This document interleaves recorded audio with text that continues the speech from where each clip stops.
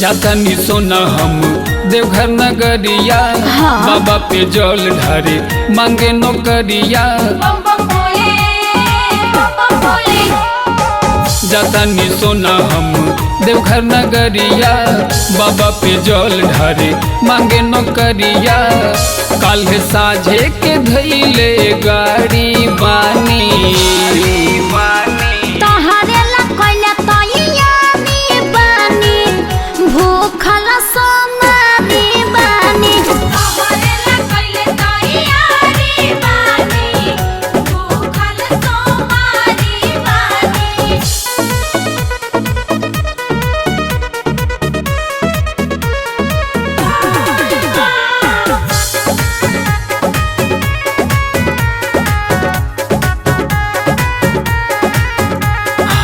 चाहिए है बाबा हो जाए आर्मी में सेट हो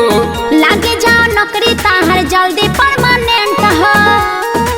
अरे हम तो ये दुआ करब हो चाहिए है बाबा हो जाए आर्मी में सेट हो लागे जाओ नौकरी ताहर जल्दी परमानेंट हो। करत बाबा से इहे गुहारी बानी तोहरे ला कोइले तैयारी बानी भूखल सोमारी बानी तोहरे ला कोइले तैयारी बानी भूखल सोमारी बानी बम बम भोले बम बम भोले बम बम भोले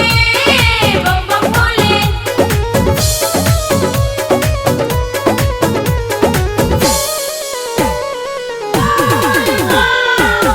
आज हट सावन के पहला सोमारी सोनू से पहले सरस करी जल ढारी समझत ना हो आज हट सावन के पहला सोमारी सोनू से पहले सरस करी जल ढारी जल लेके हम खड़ा